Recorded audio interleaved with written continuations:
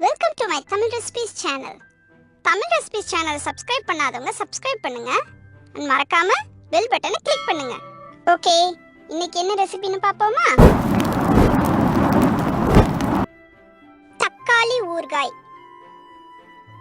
செய்ய தேவையான பொருட்கள்: தக்காளி 1 கிலோ, மிளகாய் தூள் 1/2 கப், புளி 1 எலுமிச்சை அளவு, வெந்தயம் 2 டீஸ்பூன், பெருங்காயம் 1 பெரிய துண்டு, கடுகு 1 டீஸ்பூன், நல்லெண்ணெய் 200 கிராம், உப்பு தேவையான அளவு.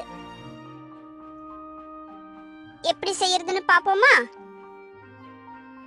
தக்காளிய ஒரு 5 நிமிஷம் ஆவில வேக வச்சு எடுத்து தோலெல்லாம் எடுத்துட்டு புளியையும் அந்த தக்காளியையும் மிக்ஸில போட்டு நைஸா அரைச்சு வச்சுக்கோங்க.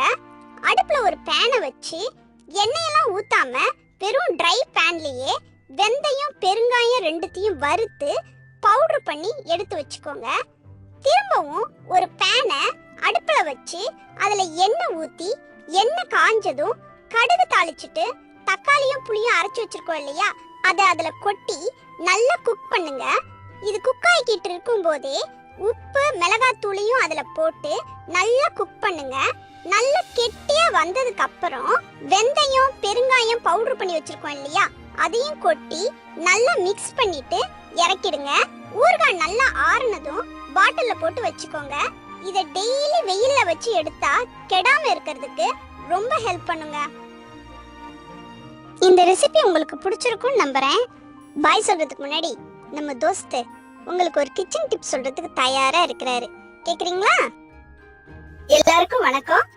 வெங்காய பக்கோடா செய்யும் போது ஒரு 1/2 டீஸ்பூன் சோம்பு, கொஞ்சம் கருவேப்பிலை சேர்த்து செஞ்சு பாருங்களேன், அவ்வளோ மனமா இருக்கும். சாப்பிடாதவங்க எல்லாம் கேட்டு வாங்கி சாப்பிடுவாங்க. தேங்க்ஸ் ஃபார் வாட்சிங் திஸ் வீடியோ ஃப்ரெண்ட்ஸ். நாளைக்கு இன்னொரு ரெசிபியோட உங்களை சந்திக்கிறேன். ரெசிபியை உங்க இமேஜினேஷனுக்கு தகுந்த மாதிரி வேரியேஷன்ஸோட ட்ரை பண்ணி பாருங்க. அதோட ஃபோட்டோஸ் அண்ட் வீடியோஸை சேனலோட ஃபேஸ்புக் பேஜில் கண்டிப்பாக ஷேர் பண்ணுங்க. அப்புறம் ஒரு முக்கியமான விஷயம் ஃப்ரெண்ட்ஸ், தமிழ் ரெசிபிஸ் சேனலை சப்ஸ்கிரைப் பண்ணாதவங்க சப்ஸ்கிரைப் பண்ணுங்க. மறக்காம பெல் பட்டனை கிளிக் பண்ணுங்க. சரியா? Okay, by.